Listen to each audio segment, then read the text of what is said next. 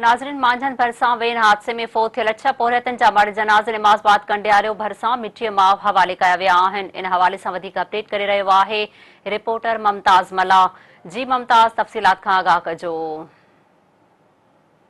सन्न भरसां मांझान national highway ते जेको कंडियारो वासी पोरियतनि जी वैन सां जेको अफ़सोसनाक हादसो पेश आयो हो, जंहिंमें 15 खां वधीक मुसाफ़िर पहुची विया हुआ, जिन जो तालुक़ु कंडियारो जे मुख़्तलिफ़ ॻोठनि सां हुयो, जंहिंमें हिन वक़्तु ॻोठ कुंडल सोलंकीअ जे हिक ई घर जे 4 ॼणनि, जंहिंमें 2 सॻा भाउर इल्ताफ़ सोलंकी, साजिद सोलंकी ऐं संदनि 2 सौसा आहिनि, राहिब ऐं सईद सोलंकी, ऐं ॻोठ जिमो ख़ान कलोड़े जे 2 पोरियतनि आशिक़ कलोड़ो ऐं माशूक़ अली कलोड़े जी जनाज़े नमाज़ आख़िरी अदा कई वई आहे, जंहिंमें फोतियुनि खे सवें आलना संदनि आबाणे कब्रिस्तान में मिटीअ मां हवाले कयो पियो वञे।